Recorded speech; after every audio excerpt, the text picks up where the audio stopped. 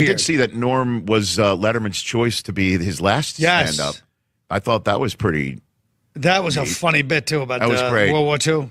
Well, which one? The funniest bit I thought of Norm's that he said was how your phones change everything now. Right. That is a picture. He's got one grainy picture of his great-grandfather, like separating the hogs on the farm. Right. But now, because everybody's got a phone right now, somebody from years from now, here's 1 million pictures of my great-grandfather doing everything in their life. And Norm's face when he did his grandfather. Yeah, he's just horrified that someone's taking his picture. Like, just looking like in shock, like, don't take my picture. Yeah. Oh, that was a great bit. Oh. But didn't he do the Hitler bit too about it? Where Germany challenges the world. And then they fought the world again. Norm Macdonald, and this is not a slam on Comedy Central. Sure it's not. But, you know, this day's been coming a long time. Fucking, now listen. They had Norm Macdonald, who's like the most eclectic fucking Renaissance mad mind, hosting a goddamn sports show. That was their idea. That's called putting somebody in a fucking harness. He's hosting a goddamn sports show. Of course, that wasn't. Sports is one of the many. He doesn't even like sports. He just likes gambling, so he knows a lot about sports. You're taking one of the most brilliant minds and putting him in a fucking. I hope your next sports show is hosted by Aaron Hernandez. I'm serious. Well, pound for pound, Manny Pacquiao is the greatest fighter in the world. This Saturday night, Pacquiao defends his welterweight title in Las Vegas. Now, I don't gamble anymore. You could say I had a bit of a problem. And my bankruptcy lawyers have said as much as well. Hey, Neil, you bet $25,000 on Pacquiao to win. I'm telling you, it's a mortal lock. I like this Sugar Shane Mosley. Sugar Shane who? What? You never told me about this guy? Why is he on the cover? So anyways, I'm worried about this guy, and I'll tell you why. He's bigger than you, and he's blacker. Mm-hmm. And that's what I go on with my boxing. I always pick the bigger, blacker guy. This is a lot of money. I want you to look me in the eye. Are you going to win this fight? Yes. The fight is this Saturday in Vegas, and I just want to tell you this is a real ticket. This is not some TV horse. So I really feel good about it, but part of me wishes I'd bet on the other guy. Perfect reference there. Hey, now listen, did I hear some rumble that Brother Sandler sent out Maseratis to the cast of Grown Ups? Did you reap the benefit? First of all, let me just say one thing. Nothing's better than Nancy Pelosi Augustus reference. Pelosi Augustus. I'm still swooning over that one. Yeah, Sandler gave Maseratis to Spade, Schneider, Kevin James, Chris Rock, all of whom need one, by the way. Right. Exactly. What'd you get? No bitterness, but me and Norm Macdonald, yeah, we're splitting a zip car. And you know, you split a zip car with Norm. It's like having one of those, those Christmas trees the drivers have that smells like North Slope Sensimilla. Yeah, this car. I don't know. They must have been smoking pot in here or something. Norm cancels on us once every 2 weeks, and I almost enjoy it more than him showing up at this point, because he always wants me to talk to some ventriloquist puppet that he says is on the phone. A Holocaust tonight. What has happened to Norman? And then when he sees you, he's going to go, how come you never have me on your show? Nope. We tried to get you on. What? Nobody funnier, though. I mean, you got to give it to him. Nobody funnier. That guy, if I'm in a room with him for 10 minutes, they got to put the paddles on me because I flatline. When I worked on his sports show. Oh, yeah, you know him well, yeah. I gave him a ride. Then I was staying at Neil's house. Then they're like 2 blocks away in Santa Monica. So Norm goes, it's Friday night. We have off Saturday. Norm goes, you want to come up? I go, no. I go, because I think he's tricking me. Because if I say yeah, then I'm gay. Yeah. So I go, no, I don't want to come up. So I go up. He eventually talks me into going up. It's awkward. So then I leave. Then when we go back to work, he goes, yeah. Then Brennan drops me up. He goes, can I come up? I'm like, what do you want to come up for? He goes, I want to see. I want to see your apartment. I go, the guy must be queer. Like he goes to the whole thing. He's like the boss. He's my boss, so I have to let him tell the story. You know? I can't interrupt. So him. Funny. Yeah. No, it's classic. I didn't know that was one of his classic great at that maneuvers. kind of stuff. You say you're homophobic. No, he'll do it with anybody. I mean, we went shopping one time when we were doing the movie in Boston, and then the guy's like, he goes, I need to buy jeans. He just walks in, just announces, I need to buy jeans. Like, it's a store full of jeans, but he acts like, it's a fucking, whatever that jean store is. Yeah. And he acts like, I need jeans. And then the guy's like, well, sure. What size do you like? He goes, and so-and-so. He goes, all right, just go in the back of the boot. What? Go back there and you want me to take my pants off? Look at this guy. And he starts telling all the other customers, this guy just told me to go in the back and take my pants off. I just came in here to buy clothes. This guy wants me to go in the back and to take your pants off. I'm in my underwear. Was he was saying that was somebody there with him, or was just? I was with him. Oh, the whole store's laughing, but it's like, oh my what? God. He just causes a fucking ruckus. That's classic.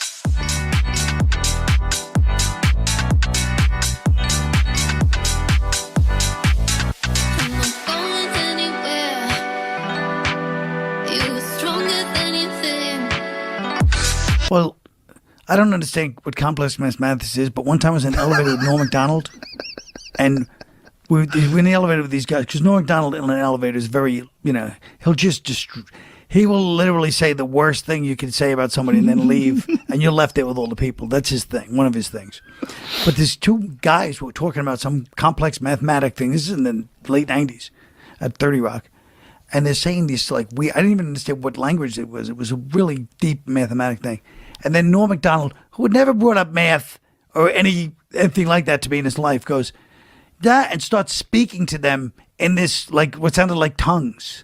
And they're like, oh, but, and they start speaking the binary, and he goes, and he starts speaking this mathematic talk, and then they leave. And then he goes to me like, yeah, those guys are nerds or something like that. And I was like, what? How do you know that? How did you know what they were talking about? How did he know? He's like, he's a nerd too. He knows something deep, he knows these things sometimes. He's a very smart guy. Really smart. Yeah. One of those guys that just, he'll just pretend not to know something. And they'll be like, that's and then you're like, what? Anybody walks in the room, he knows what they're talking about, Yeah, he's the guy that really should have had a podcast a long fucking time ago. Right, and I know he's doing something now. He just sent me a text message the other day that he's starting to do a podcast now.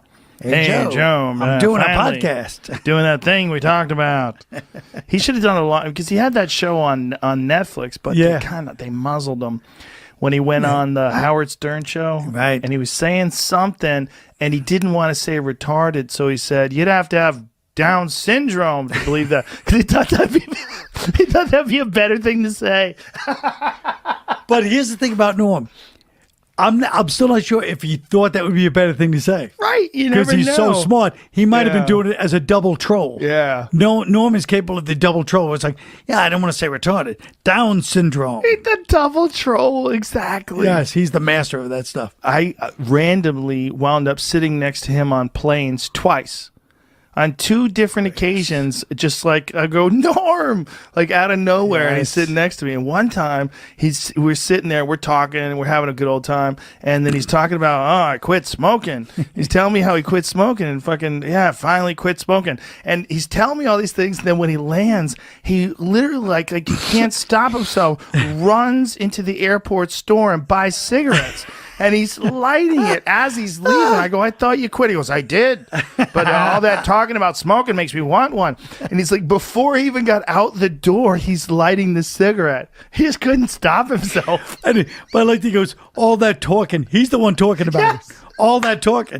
He always puts it on you. That's what's great about it. But he's like, this guy talks about smoking. He got me back smoking. But it was so crazy because I was like, that's great, Norm. It's so great you quit. And he's like, fuck, I want a cigarette. No, he always do I don't drink, I quit drinking. And it was like, oh, really? Did you drink a lot? Yeah. I quit. I finally had to quit, It's hard, but I did it. And they're like, oh. He goes, yeah, because I got fucking wasted last night. And I said, I'm never going to drink again. I was drunk. And people are like, wait, I thought you quit. Yeah, I quit. That's what I'm saying. He's always... Last night? Yeah. It's like an elaborate, Abbott and Costello routine. Yes, exactly. Well, the gambling, too. He fucking loves gambling. Yeah. Loves it. Oh, yeah. Yeah. But that's a thing. A lot of these great comics are, really impulsive. Yeah. It's like something about like the ability to say some of the crazy shit that he says. Yeah. It's you have to have this like hot wire. Yeah. It's just like, yeah, you just want to touch it. Ah. Yep. Oh no, he's one for the books. Yeah. On the subject of SNL, and it's sweet when you took over for Norm, and Gilbert and I haven't said anything. Gilbert, I don't know. Have you spoken publicly since Norm passed about him, Gil? I think I don't know if we haven't said anything on this show, which we would like to do now. You both knew him well, but the bartender speech when you took over, and obviously it was a very awkward period for you. Oh God! To be stepping into that role, and also a friend's job. Yes, yeah. It was like we lived in the same building too. You know how you go to your favorite bar, and your local bartender isn't there? You ask, "Where's Jeff?" Jeff no longer works here. I'm Steve. And you're thinking, "Hey, who's this idiot? I like Jeff." But you still want your drink? And even though Steve doesn't mix your drink the same way you're used to, like Jeff, you still like the bar. You don't have to go to a different bar. And even Steve might feel kind of bad because Jeff trained him. Did he ever say anything to you about that? Did he ever give you a blessing? He was so he was so classy in not saying anything. Yeah. You know what I mean? Yeah. So that's all. You have that great I'm Steve, what can I get you? Yeah. The bartender piece. Well, I'm Steve. What can I get you?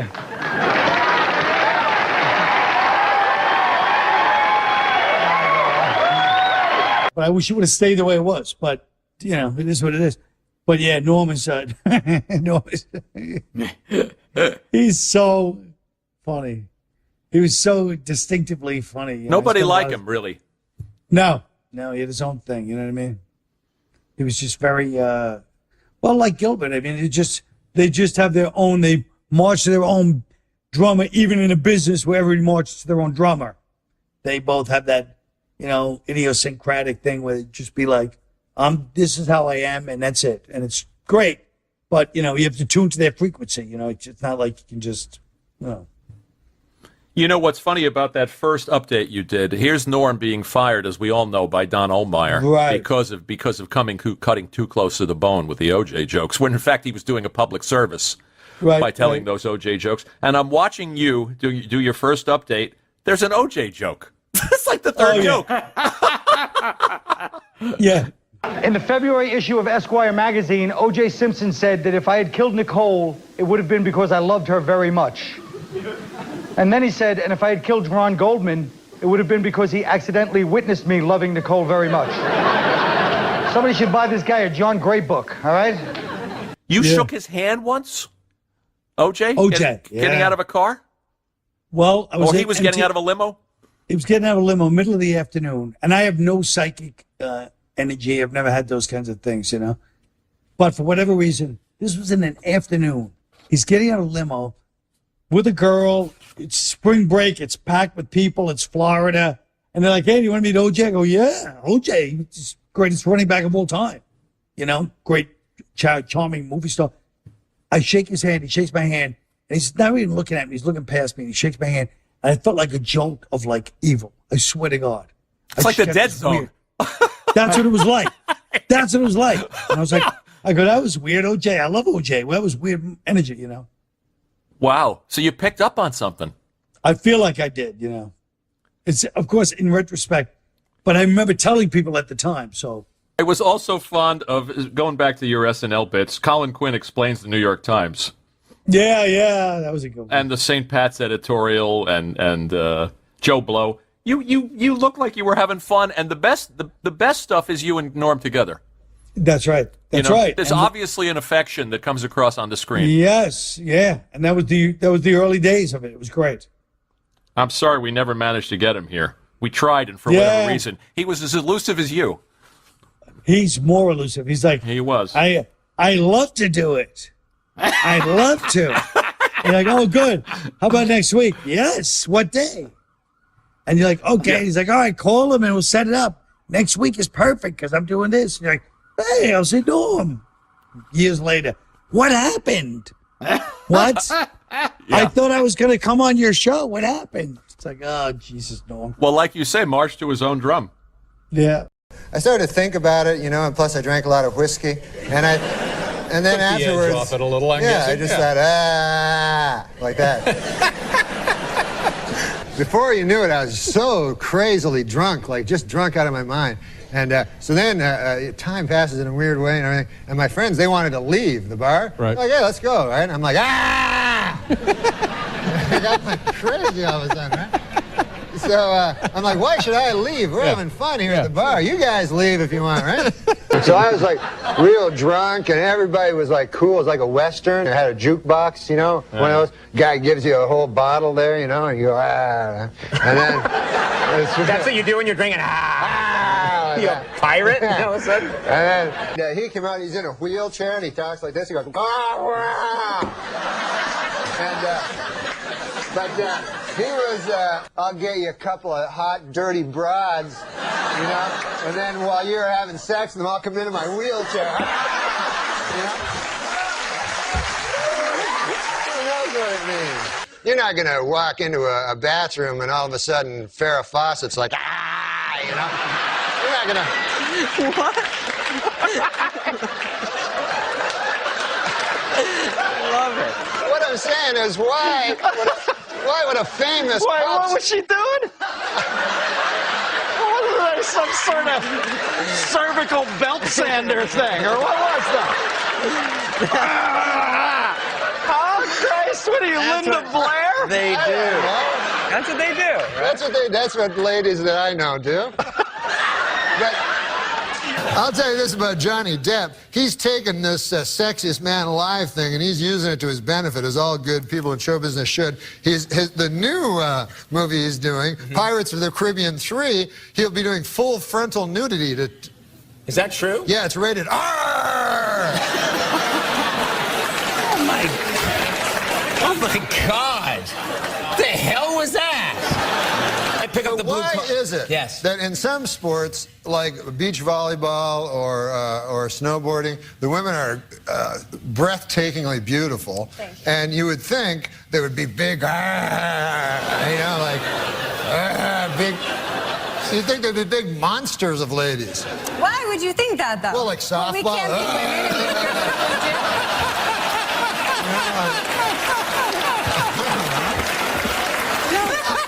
I keep reading like feud. There's no feud because no, there's not. I never did anything to him. That's right. For a feud, I'd have to be going you know? So I take up the mustard. I go and I throw the mustard up. Yeah. So I go to the gym and holy Lord, have you ever been to one of these? No, I don't know. They're crazy. You got to like they got the weights, you know. That's the big thing. The big weights. weight machine, sure. So you got to like lift the weight. It's really heavy, and then you got to put it down. Then afterwards, lift it again right away. And it's endless. It's like hundreds of lifting, and then afterwards you're just like sore and you're not vigorous at all. And I don't know how to drive a car, you know. You don't drive at all? No, I never learned how. Really? Yeah. Why? Well, I don't like them. I find them dangerous, you know? Like, you drive and you're in a car and you're going like 70, and then another car comes, he's going 70, right? And then there's like a foot between you, you know? Yeah. You're like, and they're honking, they're honking. And then who knows what it's only a foot, you know? You know, like imagine you're in a plane and you're flying and you look out, there's some plane wreckage on a mountain, right? Or a plane comes beside you like 10 feet. He's honking, you know? That's sky rage. Hey, wait a second here. Hey! Because that's all the heart understands is violence, you know? And so they get there early, they go, and then your heart's like, I wasn't going to kill him. I am going to preemptively attack my heart. And before it does anything, I'll just be like, my heart's like, well, I didn't do anything. You go, right, Sonny, you're not going to. Like, one time I remember I was under the influence of the demon rum, and by God, I started punching my newborn in the face. Yeah. This is the amount of time that you think about sex. Every once in a while. But then the problem becomes, when you think about it, is all you can think about. You know, you're just like, ah! Like a f***ing werewolf or something. Like, usually you're a civilized human being. But then every couple of days you're like, ah! The cancer's gonna jump up and go, ah, Uncle Bert's wife. Where is he? I won fair and square. You're like, ah! Ah, your mind's gone. Your mind is gone. That's all I know. Like, I'm you. Ah! My is going, ah! Like, hello? Yeah, hey, Frank, what's going on? Yeah, I remember that shirt. What? Bob? I gotta go. Ah! You know. Ah! You know, because...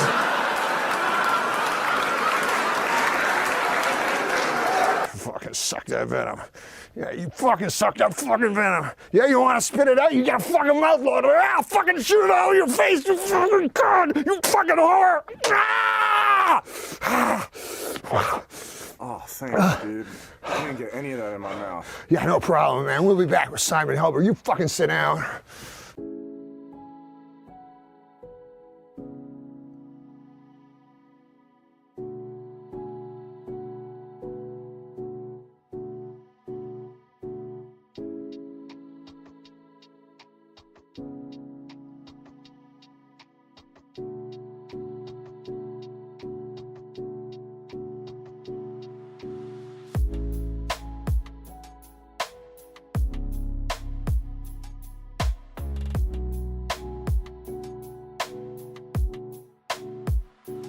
Welcome to Norm Macdonald Live, episode number 2. And tonight we have the great Tom Green on the show. We will be asking him questions, interviewing him. I will be interviewing him along with my trusty sidekick, Adam Egret. It's Egret. Egret. Yeah, no, He's yeah. right. I had a little guy on my show that I found in the A little Royal York. person. A little person. Should explain to the folks. And he was an alcoholic. And he, Like Adam we Egret. put him up. Yeah, we put him up at the Royal. Okay, we're back with Adam Egret and Egret, rather. Here, Fred. I'm Adam. Whatever. Well, that name's a name. Jesus Christ, it gets fucking. You knew what he meant. A new study shows dogs can tell when people are doling out fake praise. So I guess that's the one thing that differentiates my dog from Adam Idget. Who's Adam Idget? Oh. Just a funny name. Oh, just a funny name? Okay, all right. Adam Idget is him.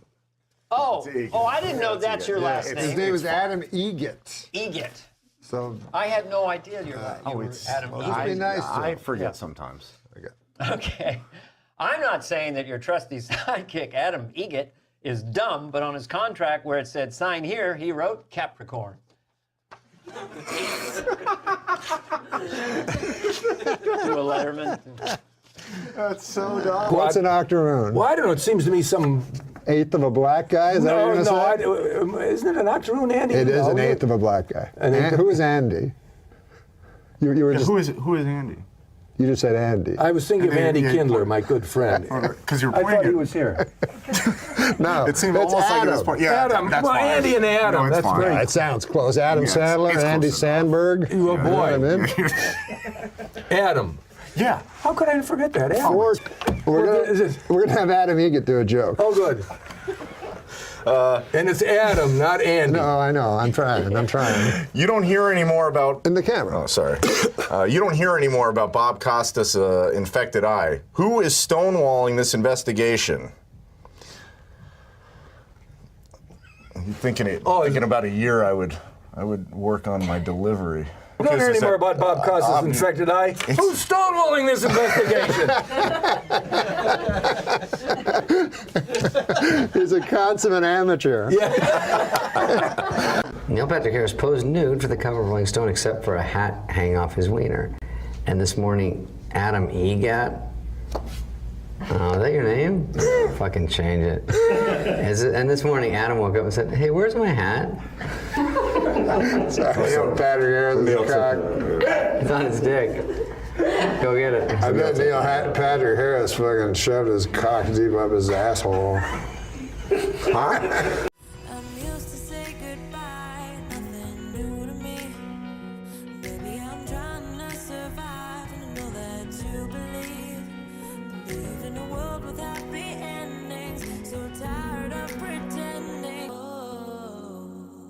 Adam Egret, who is, by the way, I'll just remind you, he's over here. That's him. Yeah. It's a joke, an Adam Egret joke. How do you say the name? Adam Egret. Egret. Spelt differently. Like the bird. That's Egret. Do you know what Adam Egret has in common with a guitar player? Adam Egret has in common with a guitar player. No, I don't know. They both love fingering minors. Now, okay. Come on now. Come on now. Weekend Update with Norm Macdonald.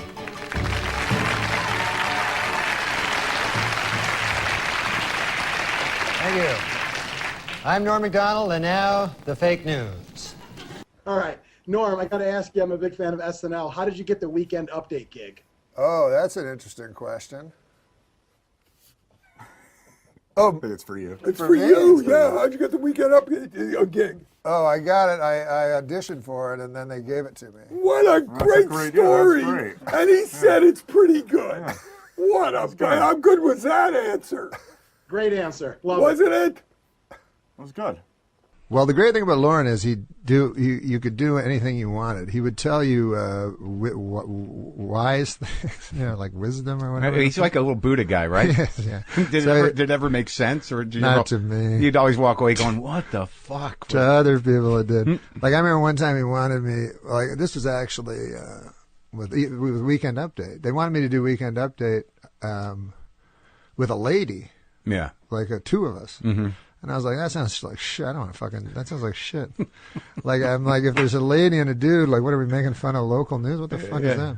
He's like, no. He's like, you'll be, he had some crazy, he goes like, I think he liked me because I didn't understand what he was talking about all that. And he goes like, you'll be Fred Astaire and she'll be Ginger. You'll give her the sex, a comedy, and she'll give you the sex. And I was like, the dancers? What? And I didn't know what he was fucking talking about. Yeah. So anyways, I go, I don't want to fucking do it with a lady. Let Franken do it. Yeah.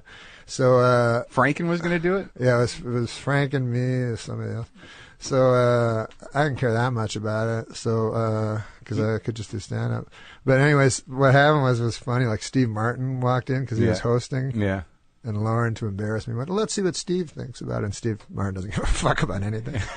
So, but he goes, Norm wants to with the lady, and what he thinks. And he does this big long spiel, and Steve Martin's completely uninterested. Been dragged into something he wanted no part of. But luckily, he fucking just said out of the blue, he goes, oh, fuck. He goes, I did this award show with some little broad, and they paired me up with her, and she fucked everything up. Like, I guess they stuck him or something. Yeah. So then Lauren goes, there's some support from an unexpected place. And that's how you got the solo update? Yeah, Steve Martin, because he was such a hero to Lauren. You had a bad experience with an award show, and you get to run the solo on the update? Yeah, it was awesome. That was a fucking good moment. But I would have been in big trouble with a lady. But then later they did it with a lady and a dude. Because he kept saying, remember, because I know Saturday Night Live, like all of us, right? Yeah. And he was like, remember Jane and Dan? And I was like, that was shit. Like, I remember Jane, you ignorant slut. Right. But I also remember all the rest of the fucking shit. Like, he had a hat on and pretended to be from like, they played characters. Yeah. And I was not interested in that because Dennis kind of changed it to Dennis Miller where you do jokes. Where you do jokes. And you're not doing a parody of a fucking...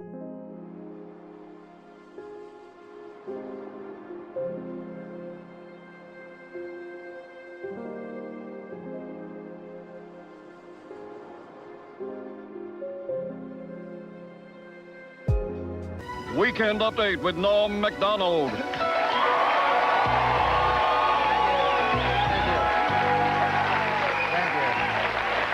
Thanks, I'm Norm Macdonald, and now the fake news. Well, it is finally official. Murder is legal in the state of California.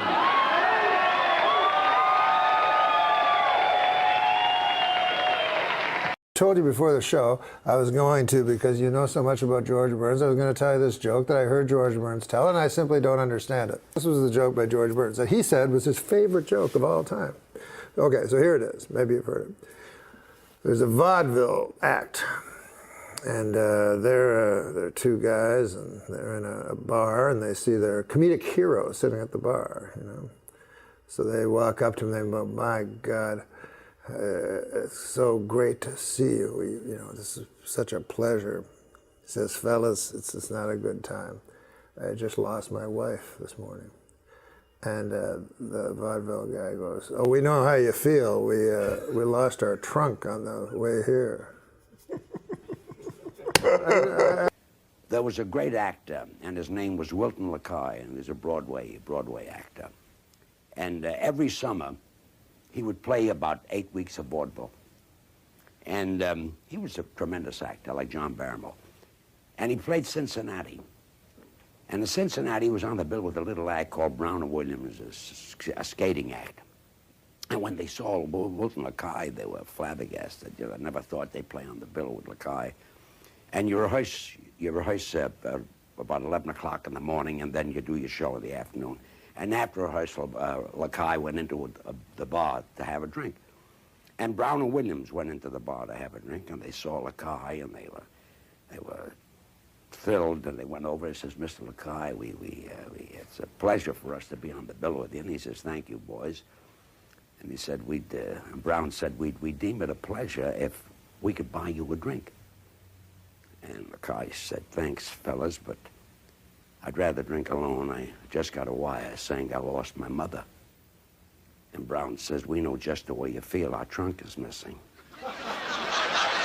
Yeah, I get the joke. You get that? Yeah. Okay, well, let me explain something Okay, to you that like, perhaps you may have missed. Yeah. And there's no reason you would ever know it. When you're in vaudeville, Yeah. the trunk is your whole life. It's for all the props and everything. All the props, all your costumes, all your makeup. If you have no trunk, you cannot do your act. Oh. So it's an inside show business joke.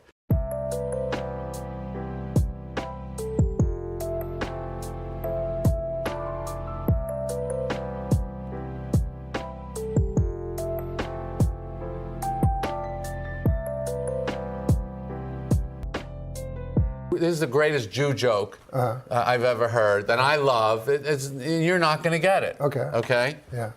But that's the joke, is that you won't get it. He's Jewish. Are you Jewish? Yeah. Okay, then you'll get it. Oh, okay. Okay. Half Jewish. No, I'm full. Full Jewish. Full Jewish, all right. Then, but you're young, so you might not get it. Maybe. Okay, so here's the joke. Holocaust denier. Awesome. I'm not going to hold that against you. I'm surprised this guy's still on the air. He's a Holocaust denier. Oh, well, I'll have another one for you tonight. Soon as we leave here. Here's the joke. Now, the setup of the joke is it's a Jew joke. Okay. Two Gentile businessmen meet on the street. One of them says, "How's business?" The other one says, "Great." See, he gets it. He really got it. He really liked it. Yeah. There's so many jokes about Jews, and Jews. I was delighted to come across a series of Gentile jokes. I don't know if they've made their way around here. Gentile jokes? Two Gentile men meet on the street. One says to the other, "I understand you have your own business. How are things going?" The other says, "Terrific, thank you." So the joke is about who doesn't get it. Go back to the trunk joke. That's part of what makes the joke funny. He's Jewish, he gets it. Yeah. You're not, you don't. But I don't believe he got it. Oh, yeah, he got it. He got it. Can we find out? Yeah. Yeah. Tell Norm why that's funny. Because it's two Jews and how's business? Great. Well, that's just what he said. No, it's two Gentile businessmen. Oh, yeah, I don't That's get the what's joke. funny about it. I knew he didn't get it. I can spot fake laughter. It's two Jews, then that is That's never going to be the answer. Because they're going to be. No matter how business is, they're all going to complain. It's going to be fucking 20-minute reasons. Okay, you just fucking saying it 2 seconds after he says it. Yeah. Isn't that interesting? Yeah. And here do I you am. like the joke? Yes, though? I do like It's it. a funny joke. How much do you make doing this? You know, zero. Don't make it funny. Come on, you Don't got to make get it funny. something. Don't make it funny. I think these fellas do over here. Yes. No comedian makes shows up anywhere for nothing. Gentile. I can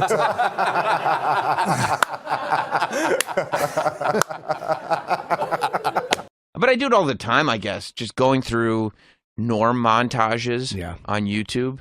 He's just such a prolific joke writer. Like just so many jokes that like these Norm montages that just pop up. 30 minutes of Norm here, an hour of Norm there. It's like you just sit there watching the whole thing. He had an amazing ability too. We were just watching that Jon Stewart crocodile hunter clip. I wanted to talk about the crocodile hunter because I think, you know, it was tragic at the time, but I think, I don't know, people call him and then they're shocked. Oh, hey, you wouldn't believe it. Who got killed? The crocodile hunter. Please don't make me laugh at this. And they were like, he was 44 years old. I'm like, that's a ripe old age for a crocodile hunter. He was really conversationally funny. Like the joke didn't have to end until he seemed to want it to end. Yes. Like he just kept, like, it was funny too. And I was watching thinking the balls to do that. Like Jon Stewart is like, okay, like, you know, because he's laughing, but he's like, all right, he was only 90. And Norm's like, hey, Bill. And he's just he's still doing the characters. Like he's not ready for it to be finished. Yeah. He didn't care about getting the laugh in the room sometimes, especially on those TV shows. You know, obviously on stage, but like, in the room, he didn't necessarily care if people weren't going with him. That's the way he always was. I mean, if you go back to those Weekend Update montages of Frank Stallone jokes, like some of them land real hard, but some of them don't land at all. According to the EPA, it will cost an estimated $295 million to clean up toxic waste at the former Lockheed Martin military aircraft plant in California. The cause of the toxic waste? You guessed it, Frank Stallone. In economic news, unemployment figures rose slightly for the month of October, with declines in the Dow Jones and NASDAQ. The reason for the sudden downturn? You guessed it, Frank Stallone. And you could clearly see on his face, like all these jokes are just for him. Yeah, he didn't care. He didn't care. And they're hilarious. Like, I don't know exactly when the bit is from, but it seems like he probably wrote the bit right around when he first got the diagnosis, because, like, I didn't even know the bit existed, to tell you the truth. But people were passing it around yesterday of him talking about how men used to be able to just get sick and die, and now they have to wage a war against cancer. Yeah. And it's like, he probably wrote that. That was 2001 or 2011. So yeah, probably As he got diagnosed. Wow. Yeah. And I'm pretty sure, I'm not a doctor, but I'm pretty sure if the cancer dies, I mean, if you die, the cancer also dies at exactly the same time. So that, to me, is not a loss, that's a draw. That's you know what I mean? It's not like the cancer's going to jump up and go, Uncle Bert's wife. Where is he? I won fair and square. The cancer died at the same time. That's not a loss. That's a draw. He would go on these talk shows and do like old man jokes. Yeah. And they were long. Like when he went on Conan O'Brien and did the moth joke. Yeah. A moth goes into a podiatrist's office. A moth goes into a podiatrist's office, right? You are correct. And it took 4 minutes to get there, and the punchline is it's a joke punchline. But he liked it. He just loved the joke so much that he was getting through it, and he gets there, and it's like, it's worth it. And so the doctor says, Moth, man, you're troubled. But you should be seeing a psychiatrist. Why on earth did you come here? And then the moth said, because the light was on.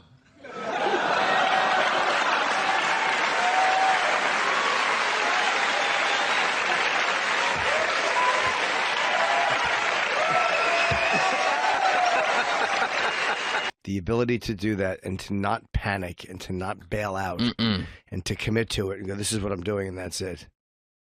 I found, as I was looking at clips, it seemed like his 3 favorite topics on Weekend Update were OJ, obviously Frank Stallone, and Vince Foster, and making jokes about Clinton murdering Vince Foster.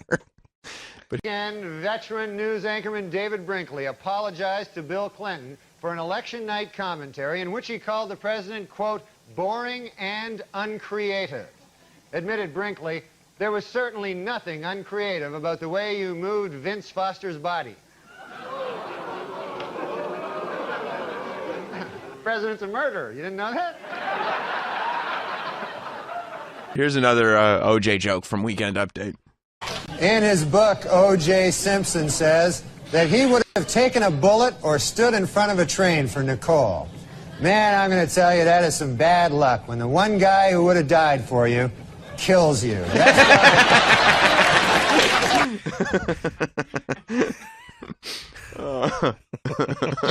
Relentless. Yeah, it really is. The beauty of Norm is there is nothing underlying. It's just about the joke. It's just about being funny. You know, that's it. What's the funniest thing for this moment? Yep. This is what it is. He hated what was going on in comedy as far as people being punished. And I mean, he really hated it. Yeah. Well, yeah, I mean, that's the one time that he actually started to get in trouble was because he was defending Louis and he was defending Roseanne. And Shane. And he defended Yost, Shane. Yep. big, yeah. Yep. Big time defender of Shane. Because he got it. Because it's like, we're telling jokes here. What are we doing? Yeah. Yeah, he was really furious about that. Yeah, it's terrible. Just terrible. He spent a lot of time being funny, though. Oh, fucking hilarious. He put a lot of funny out there. Yeah. And I don't think there's anybody with a similar delivery or a similar, like, it's completely unique. He's a completely unique thinker and just a completely unique joke teller, joke writer. If you try to do a Norm joke, it's like, it's not funny when anybody else does it. And it's because they're not, I mean, he's a genius. It's natural. Yes. It's completely natural. It's completely, you don't watch it for a second thinking this is not who this guy is. You watch it and go, this is completely natural for him to tell a joke this way or to talk this way. That's why he could end the joke when he wanted to, because he seemed so comfortable and natural that, all right, whenever he says it's done, it's done. You were with him you were on the dais for the Bob Saget roast of Comedy Central. Yep. And that's one of those instances where, of course, it's like, oh, I can't wait. Norm's going to be so outrageous. Norm's just going to say stuff that you could never say on TV. And then he gets up there. Hilarious. And he just does old man jokes. No, but Bob has a beautiful face like a flower. Yeah, cauliflower.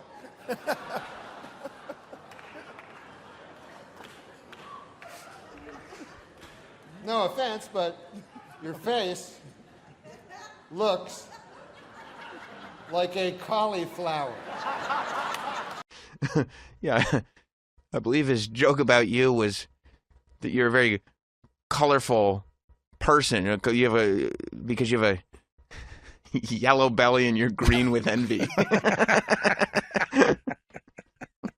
And that was it. Like, there was no follow. It's like, that's the joke. And Jim Norton of here is, of course, probably one of the most colorful characters I've ever met. Colorful personalities I know. You're green with envy and you have a yellow streak down your back. One of his jokes about Geraldo was like, I'd love to have Geraldo's brain. Not because he's smart, but because it's very unused. Like, thanks. But if I ever need a brain transplant, well, I would choose yours, Greg, and here's why. It's not because you're smart. It's because your brain has never been used. No, but Greg Giraldo, I'm just joking him. He has the grace of a swan, the wisdom of an owl, and the eye of an eagle. Ladies and gentlemen, this man is for the birds.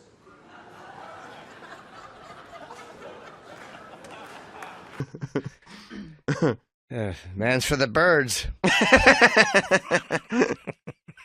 I was sitting there like all day yesterday, like, just stopping. Jess is like taking care of the kids. And I'm like, Jess, there's another Norm joke. Because I'm looking at YouTube.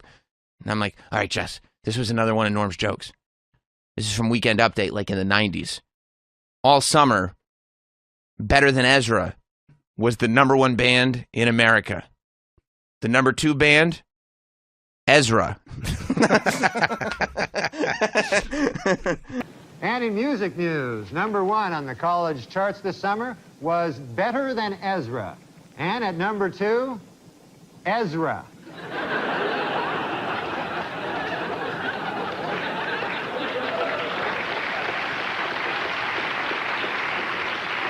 According to a controversial new biography, Elizabeth Taylor, like... You see, a bunch of clips were going around.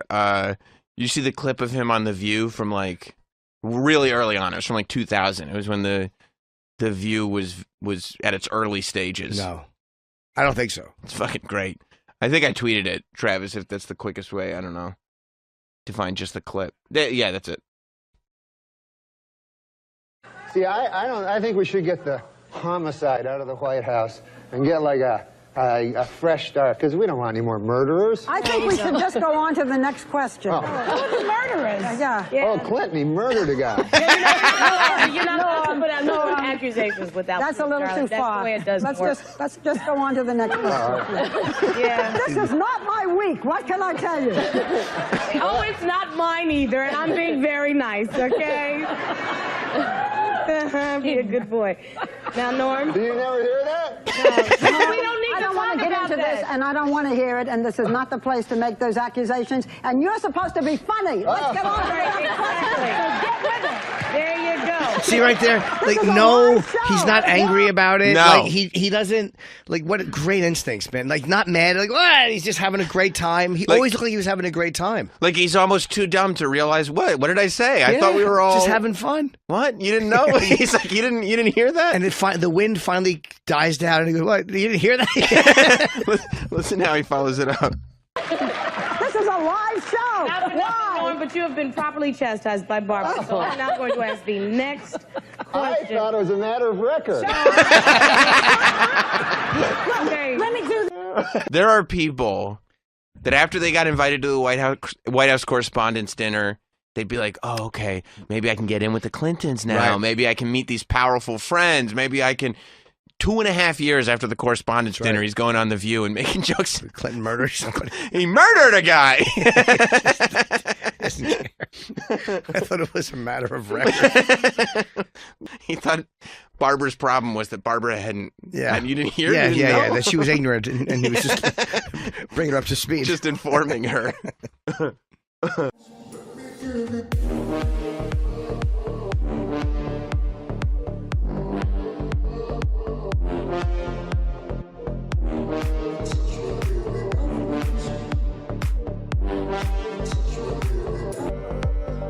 Did you see the clip that was going around of him on Conan O'Brien with Courtney Thorne-Smith? I don't know. I feel like this Courtney Thorne-Smith clip is somewhat similar to the Patrice Fox News clip. This is just what she has to say. We are outraged and fired and he's a fired fool. He's an and absolute fired. fool. Name calling. I'm outraged. Fool. I am outraged. You should be. I am a fool. Now, if I called you a fool, In the sense that this just has become one of those legendary, like, this is the example of why you would have this guy on your talk show and why he doesn't care. Courtney Thorne-Smith is on Conan O'Brien with Norm. Norm was the first guest. And he's, unfortunately for her, decided to stick around. He stuck around on the couch for her interview, yes. And she's trying to promote her movie. Who is she? But what's the movie going to be called? Well, I know what it's going to be called. Yeah, what's that? If it's got Carrot Top in it, you know what a good name for it would be? What's that, Norm? Box Office Poison. She's there. There's this movie coming out. Yes. Title undetermined at this point. Chairman of the board. Oh, all right. Do something with that, you freak. I bet the board is spelled B-O-R-E-D.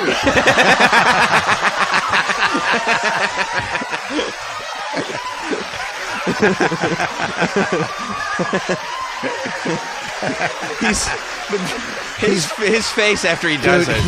He's delighted. Again, just perfect timing. Yeah, that's the other thing you don't want to do, right? Is like just say Norm jokes. Right. You know what I mean? You want to yeah. Although it's funny. He's one of those guys where just saying his jokes, they are well written enough where it works. Yeah, I mean, I think that's part of the appeal too. That like, especially some of his jokes, you can just take and like. On the first day of Christmas, my true love sent to me a partridge in a pear tree. Hi, honey. Yeah, I just got it. It's terrific. It looks like some kind of a bird in a tree. Oh, you don't say, a partridge, huh? Well, it's great. Well, of course it was a surprise, honey. I was expecting a hat. Well, you know, I have been dropping some broad hints about maybe getting a hat. Oh, no, this is much better. It's like two gifts in one. I mean, I get the partridge, and I get a tree. We now return to 'Twas the Night Before Christmas, as read by Norm Macdonald. 'Twas the night before Christmas. Wait, 'twas? What's 'twas? Is that short for it was? What kind of rush are you in, man? You can't just say it was. Oh, you saved a lot of time there, fella. Oh, don't come at me with that it was stuff. I got things to do. Got to get down to the donut shop. You know, 2 days ago, I was at the donut shop, and I said, hey, donut guy, you got anything warm back there? He says, try the fritters. They were. They were? What does that even mean? They were. You must mean twere. The fritters twere warm. What's that? We're out of time. Oh. I'm fired. Hey, you know O.J. Simpson is a wife-beating murderer, right? Oh, right. Was. 'Twas!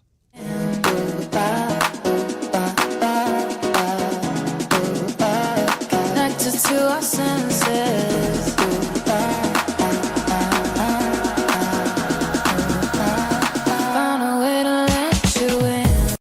Norm has a CD. It's called Norm Macdonald. Ridiculous. It's coming out September 12th. It's a comedy CD, of course. And you got some famous people, a.k.a. friends of yours, to do some bits on there with you. Is that right? Oh, yeah. Some of my friends did it. So it was Will fun. Ferrell, correct? Yeah, the great Will Ferrell was in it. He was kind enough to do it. Molly Shannon? Yes, the great Molly Shannon was in it. She was kind enough. Some of this will be repetitious, though. Is Tim Meadows great, or is he superb? Tim Meadows is a real talent. You got John Lovitz on there? Yeah.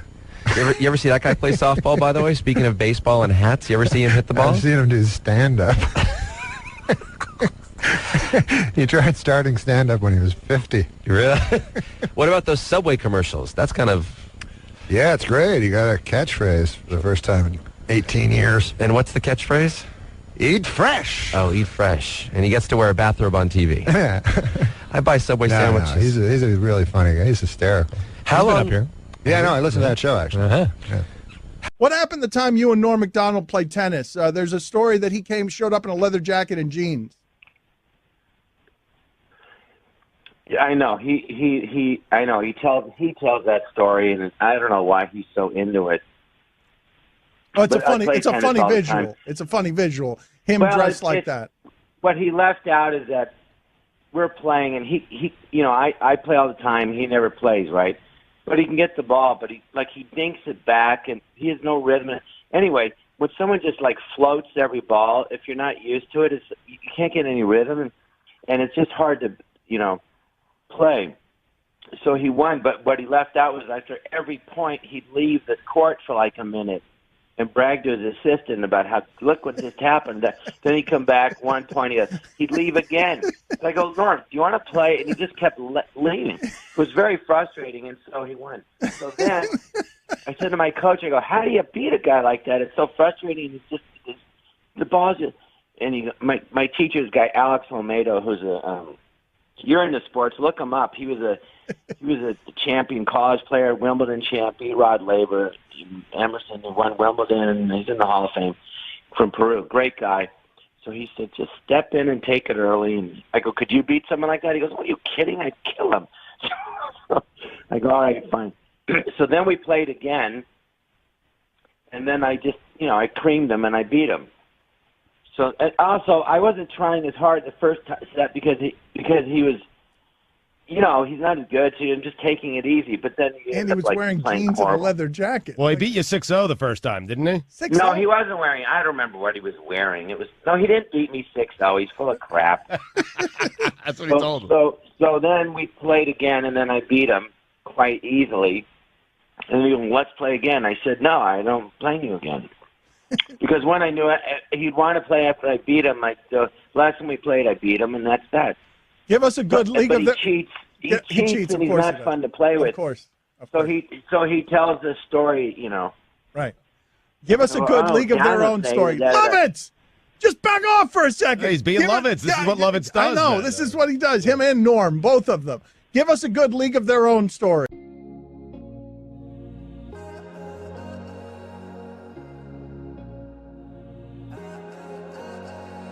Try and crack your code every day. Thinking about every word that we... John Lovitz, what is that? No, I played tennis with John Lovitz. Goes every day to the Beverly Wilshire and well, it's an expensive Beverly Hills hotel. I don't know what it's called. But anyways, the guy there, the coach is Alex Almeida, who's a Peruvian tennis player from old, and he very good. He played, he beat Ron Laver 3 times. Right. And so he's 60 or whatever, but a Peruvian 60. Does that mean he's a young 60 or yeah, old 60? A handsome, young 60. Yes, sexy. Peruvian 60, I like that. Yeah, Peruvian 60. So you could still imagine him with a lady. Right. You know what I mean? Like my father when he was 60, it would be hard to imagine. Yeah. But a Peruvian, you can imagine. You can easily imagine. You know what I'm saying? Yeah. Because my father, he doesn't know. He'd get you a Casio watch to a lady. That would be his thing. But these guys, they're more champagne on your spine, my darling. It's a whole different thing. Anyways, so it has nothing to do with his way with the ladies, the story. But John Lovitz got lessons from him every single day at this hotel. Yeah. So then he told me that he was really good at tennis. So I was like, I could beat you. You just assume you can beat John Lovitz in anything, right? Yeah. Because I played tennis 4 times. Yeah. I figured that's about what it would take to beat John Lovitz. So I said, yeah, I'll play it, And he goes, you'll never beat me. I play everybody. What are you talking about? I go, no, I'll play anything you want. So I go to the place, and I'm in my jeans and a leather jacket. I don't have clothes for tennis. I've only played 4 times. So I get there, and they give me a club and everything, and a tennis racket. And I know, clearly I'm going to beat John Lovitz. So we start playing, and, I just keep tinking them over a little bit, the little backspin, near the net, whatever that shot's called. So Lovitz lumbers over, and he can never get to it, And so I just beat him like 6-0 in the first set. So he starts thinking I'm doing something illegal by tinking it over the net. The backspin backhand or whatever? Yeah. He's never seen this. He thinks you're supposed to hit it to him. Oh. So he starts complaining because he's like, I play Alex and I can beat him. He's talking about beating Alex Almeida, the pro, the tennis 60-year-old Peruvian. Yeah. He thinks. So I said, well, what? He goes, I beat him. I play him every day. And I go, well, Lovitz, a tennis pro is one of their big skills is they hit the ball so it will land on your racket. Right. So wherever you're standing, the ball is right there. Yeah. And he's like, that's not true. Then he was convinced that I could beat Alex Almeida. He said, you've never seen anything like this, Alex. He tinks it over the net. So this is Lovitz. So then I played, and then he wanted to really win, and he kept playing me, and I said, oh, God. So one day I was like, he was just getting so angry and everything, so I let him win 1 game. Yeah. And then he quit. He retired. On top. Yeah, calling himself the champ. Like John Elway. Yeah, exactly. He won 1 game. He goes, doesn't matter. So whoever won last. That's what they do in boxing. And I was saying, well, boxing, they do have to defend them, but whatever. That's funny. Company, take a look. I'm Dina Eastwood, and I live in Carmel, California. Morgan is my 15-year-old daughter. God bless America. I have a stepdaughter named Francesca Ruth. Are you nude? Yeah. And I'd have a great supportive artistic husband. I'm married to Clint Eastwood. 6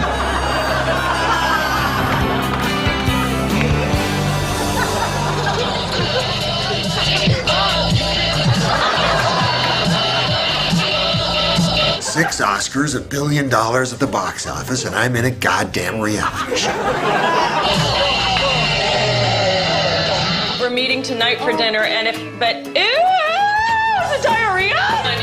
Get away! My wife, real class act. And yes, that was diarrhea.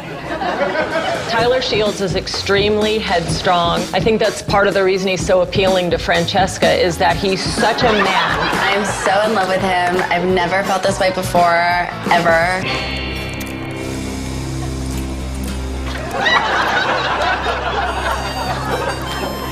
Punk. I'm talking to you, Punk. Hey, Punk.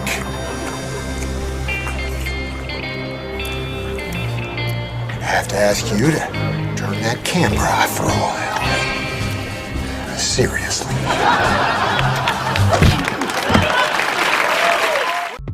Know that in this day, nobody's gonna change. You won't ever leave.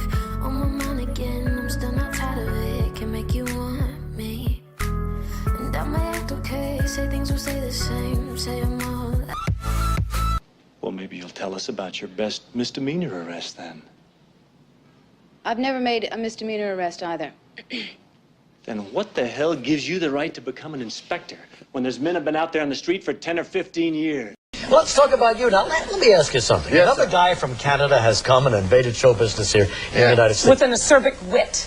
So many funny guys come out of Canada. What is it about Canada that produces all these comedians? What do you think it is? I don't know, because when I'm in Canada, no one's funny. You think it's the long, dark, cold winters? You just had to find something to laugh we about? don't have dark winters. We don't live in the Arctic Circle. But they're long, aren't they? They're long and cold, and they're cold. And really cold. Yeah, they're cold. So when you're a kid up in Canada... I don't want to put too fine a point on it, but they're cold. You said this is the coldest you've ever been. You're Canadian, so are you okay with this? I've been colder than this.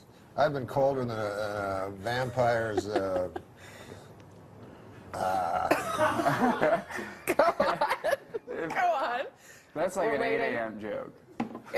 Yeah, we can do it at 7:19. The stage is yours. Are you drunk? Because all you did was ride a cooler and you're sweating. I am. Well, it's hot it's hotter than a $2 Well, he's pistol got like in here. 12 layers on. Yeah, I think. thought it was going to be really cold. Well, you're from Canada. This should be springtime for you. No, I know I'm from Canada, but I'm still a human being. Like it's not like we evolved differently. I'm from the frozen north. Yeah. Yeah, it gets colder than a. It gets colder than a. Here it comes. Get your finger on the panic button. No, it gets colder than a vampire's demeanor. Okay, that's better. Wow. Surprisingly cerebral. Well, let me ask you something. Now, I knew you when you started here in L.A., but you're from Canada. Yeah. You started in Canada. I did some gigs in Canada, and it's a little different, isn't it? It's kind of rough there, because they got like a lot of people that like hate me. Oh, well, that could be a disadvantage. That's rough going in. But it was all like, you go to these crazy places like Medicine Hat or Red Deer. Yeah. Or I played one place, Head Smashed In, Buffalo Jump. It was a crazy place. Yeah. And you know how I got his name? It was a guy, in the old days, the buffalo used to run and open in the plains. It was beautiful, way back in the 70s. And they would run. And so the way they'd catch him is, Jay, they'd dig a hole with a shovel. Right. Yeah, I got you. Yeah. And then they dig the hole with the shovel, and then the buffalo, they're dumb animals. They just run, and run, and then fall into the hole, right? So one time this Indian dude, a brave, he was digging the hole, and he didn't hear all the buffaloes were already running. And then all the buffaloes fell on his head and smashed it in. So then they called the town Head Smashed In Buffalo Jump. It's very... unwieldy name. Really unwieldy name. Yeah. And you played gigs there? I mean, what were the audiences like? They were horrible. Man, they hated my guts. Yeah. One time I kissed Relic. The Beachcombers? Yeah. Were you on a ferry or? No, that Indian guy from the show gave me some bad heroin. That's not true. No. You made that up. I didn't make that part up, but I did have a long kiss with Relic. For a show or just well, party? Yeah, no, I was supposed to be on the Beachcombers. Right, that would have been awesome with Jackson Davies too. Yeah. And turns out I was never going to be on the Beachcombers, and I was just going to be in Relic's hotel room. What, were you in Vancouver? Yeah, I was in Vancouver, and I'm like, this is going to be the greatest. I'm going to be, I was supposed to be like the new breed of the Beachcomber and everything. That's what Relic said. So this is a next generation Beachcomber thing? Exactly. Okay. Beachcomber, the next generation. Relic was supposed to be the executive producer, and he'd make occasional appearances. This is what he told me in his hotel room. Come on. This didn't happen. No, it didn't happen. Okay. I got to read this book. Sean. Hey, I should put that in the book. You should. I know there's a couple generations maybe between you two as comedians. Looking at a couple. Watching Norm over the years and some of the characters, what's it like being alongside one of the best? Oh, it's great. I mean, I love Dirty Work, and I love Saturday Night Live. And then I worked with Norm. He was my boss, my first boss in Los Angeles. Yeah, Sean's awesome, man. Future of comedy. If you show this clip like 10, 20 years from now, you're going to go, who's that old guy talking about, who the hell is Relic? I love that I'll story. be like Relic, and he'll be like me, like 20 years, when you look at this in the fall. In Canada, it's different. Like here in the States, you vote for the president, maybe you vote for the wrong guy, a war happens. Right. In Canada, it's not like that. You go, like, what's the big thing? Should they make that bridge? Right, that's the biggest. Yeah, so it doesn't really matter. So it's, It's too much we're pressure. very inconsequential, Canada. Yeah.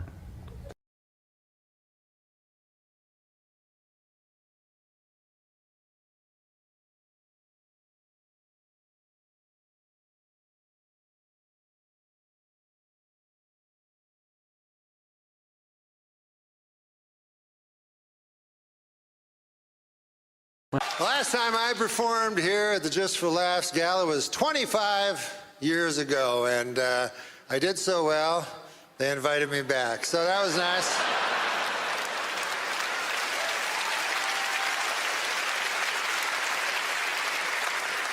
I love Montreal, my God, and call me an eternal optimist, but I really believe in my heart that this is the year that the Expos are finally going to win it all.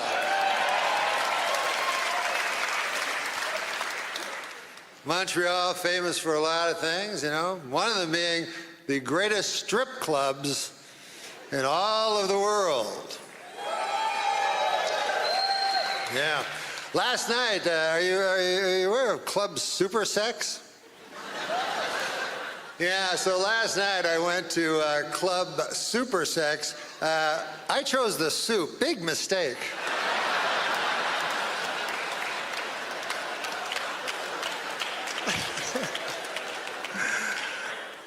Hey, big election coming up, and in Canada, this is the difference in elections in America and Canada, is elections in America mean something.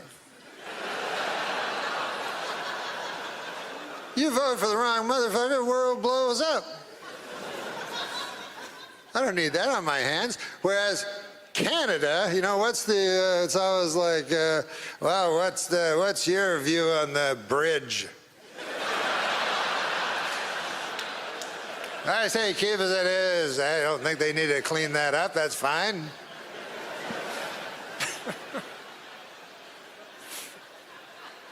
It was easy when I was young to vote because it was simply, you just didn't vote for the French guy. It couldn't have been an easier choice. As a matter of fact, I almost feel like coming back this fall just as an homage to my late father and not vote for Trudeau. My dad did not like Trudeau. Trudeau was my hero, though. I loved him, you know. And since I've come back, I've been watching the news and everything. I've been seeing Justin, you know. And I thought, by God, you know, this Justin kid, he must be brilliant because his father was Pierre Elliott Trudeau. But then I forgot, he's got a mother. So that's kind of evens everything out. You know, what's also different in America and Canadian election? In America, you get to vote for the President of the United States, and in Canada, you vote for some motherfucker who lived down the street. In your riding. Whatever the hell that is. So then, that guy, he goes to the House of Parliament, you know, and he's like, oh, wow, this is big. And then the speaker's like, all right, well, what are we going to talk about? Anybody want to bring an issue? And then your guy's like, yeah, I just, our bridge ain't looking too good. The speaker's like, what the fuck are you talking about? I go, no, I'll sit down. Sorry about that, I just... Thank you and good evening. I'm Norm Macdonald, and I could not be more excited to be here. You know, when I was asked to host the Canadian Screen Awards, I called my good friend Chris Rock, and I said to him, I've got some great news, Chris. I'm going to Canada. And he said, I've got some great news, too. I'm hosting the Oscars. What are you doing in Canada? And I said, you know, visiting some family, friends. The usual. We're coming to you live from Toronto, or as you cost-cutting location scouts call it, New York City. Never has there been such an assembly of great Canadian talent in a single location that did not have to be Zamboni'd first.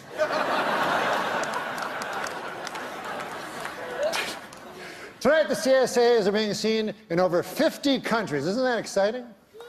Oh, wait, I'm sorry. No, wait. I misread that. 50 counties. And a couple of regional municipalities. We are here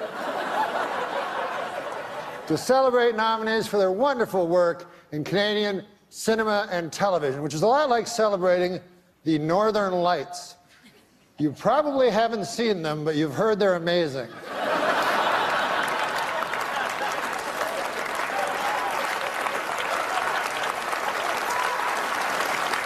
We have a lot to celebrate in our industry. Amongst the TV shows nominated tonight are Amazing Race Canada, Big Brother Canada, Master Chef Canada. Where do they come up with these ideas? But it's been a wonderful year for Canada. It's been a especially great year for one little guy, one adorable little Canadian youngster who's already accomplished so much. Of course, you know who I'm talking about, Justin Trudeau. Hasn't he had a wonderful year?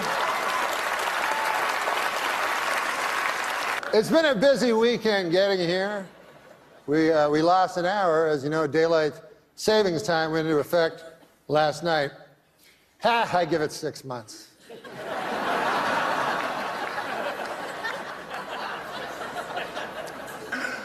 Well,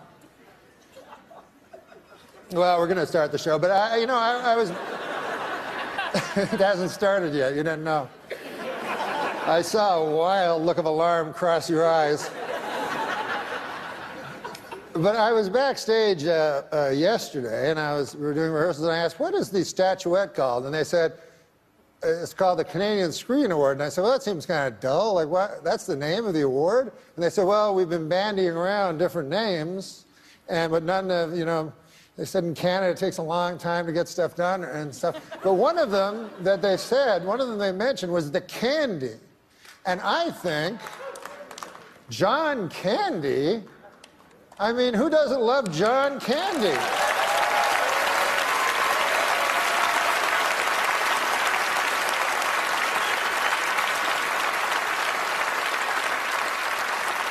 So, of course, the statuette should be called The Candies. So what I'm asking you to do is, if you are a presenter, ignore the teleprompter and say, the candy goes to. And if you are lucky enough to win one, go, I won a candy. What do you think of that? Can you go along with that? Excellent. That would make us a better nation.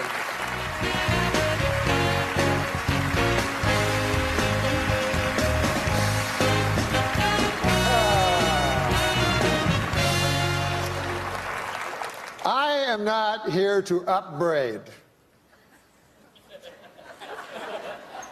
However, I think I made it quite clear that these awards should be referred to as the candies. A 9-year-old child knew. Are you so burdened with this preposterous technology?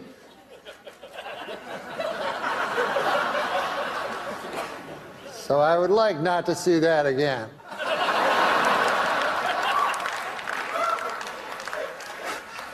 You know, backstage I was thinking how different things are since I moved to the United States. You know, now I'm in the United States. One thing I've noticed about films, I don't like foreign films anymore. You know? They're all like artsy, kind of not my cup of tea. But when I grew up in Ottawa, by God, I loved foreign films. You know, Star Wars, Smokey and the Bandit. Do you remember that one?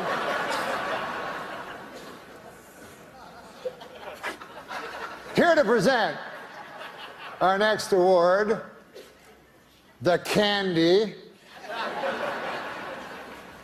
And this will be the end of my upbraiding, I hope. George St. Kitts and the Candy Band. Who can take a sunrise? Come on, guys. Sprinkle it, but they can't. Well, whatever.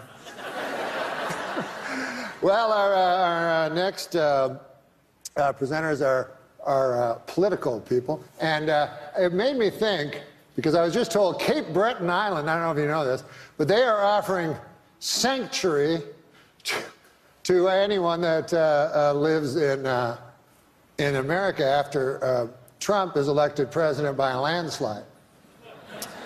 And I agree with this in principle, but why Cape Breton Island? I mean, can't I just flee to Toronto? Do I have to leave the fucking planet? I mean,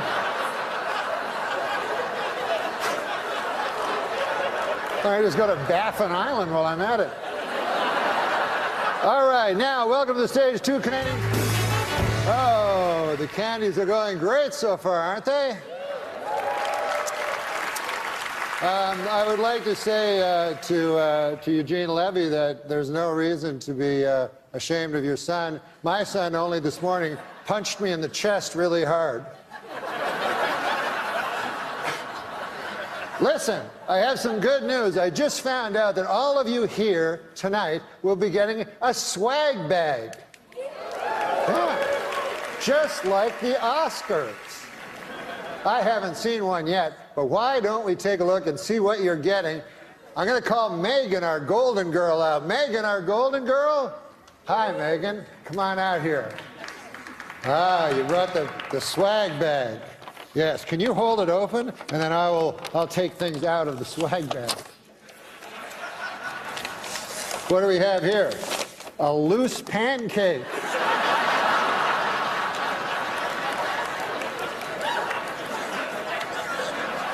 What else we got here, Megan? We got, oh, this looks cool. It's a CD, you know what they are, of Nelly Furtado singing all the national anthems.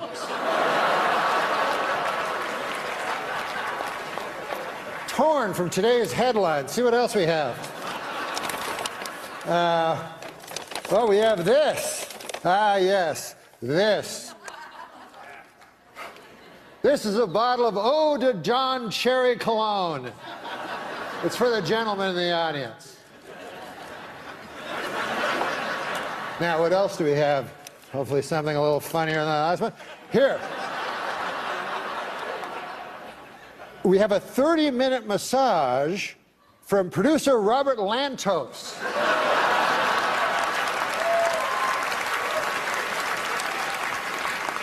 Don't try to go for 50. You only can hit 30. And then what else do we have here?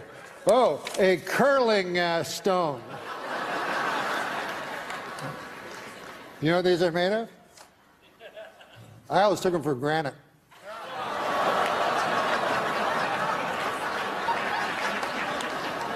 Last time I take a joke from Martin Short. All right. Megan, just do some house cleaning here. Having a hand for Megan, our Golden Globe. Natural mistake. All right. Listen, guys. For some reason, I've been told to stretch. So,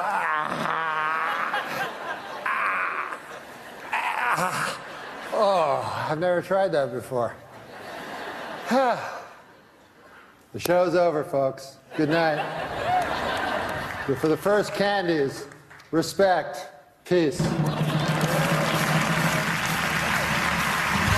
You know, when I was asked to host the Canadian Screen Awards, I called my good friend Chris Rock, and I said to him, I've got some great news, Chris. I'm going to Canada. And he said, I've got some great news, too. I'm hosting the Oscars.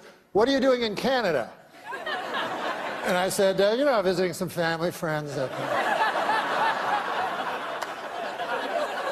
The usual. Chris is very presentational, you know. And Chris talks about racial things, and one person does something, they get canceled. Somebody else does the exact same thing, nothing. You know what I'm talking about. You know, like the kind of people that play Michael Jackson songs, but won't play R. Kelly.